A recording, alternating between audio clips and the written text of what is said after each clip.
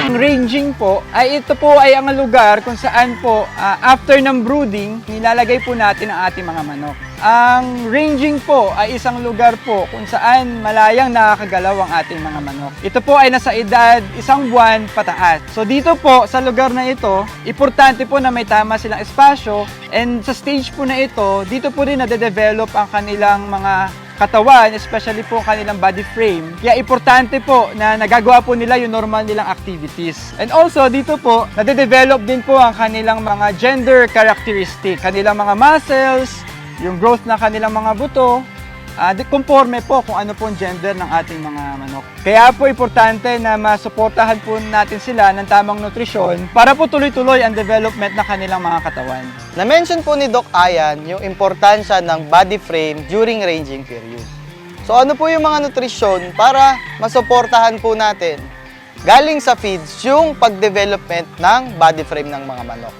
Ang pinaka-importante po dito is yung vitamin D, calcium, phosphorus. Ito pong tatlong itong nutrients na nasa Supremo Infinity 2 at 2.1, ito po ang umaalalay sa skeletal system development ng mga manok. Bukod po dito, sa tatlong nutrients na na-mention ko, importante rin po yung zinc at biotin.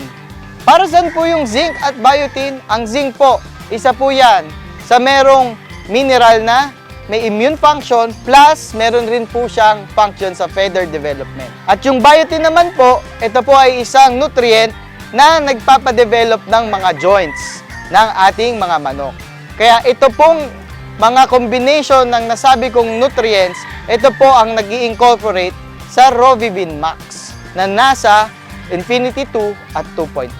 Sa 2.1 naman po, ang isa pong i-highlight ko dito is yung pag-i-incorporate natin ng grains. Ano po ang importansya ng grains? Especially sa 4 to 6 months during ranging.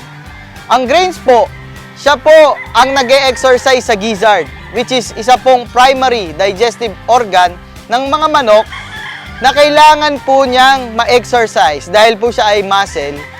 So, kailangan po niyang gumiling ng grains para po siya ay ma-develop. So, para pagdating po sa cording, pag-develop ang inyong gizzard with the use of incorporation ng grains, wala po tayong magiging problema sa kain, wala tayong magiging problema sa feed intake ng ating mga alaga, at magkakaroon tayo ng magandang hubog ng katawan pagdating sa maintenance hanggang sa araw ng laban.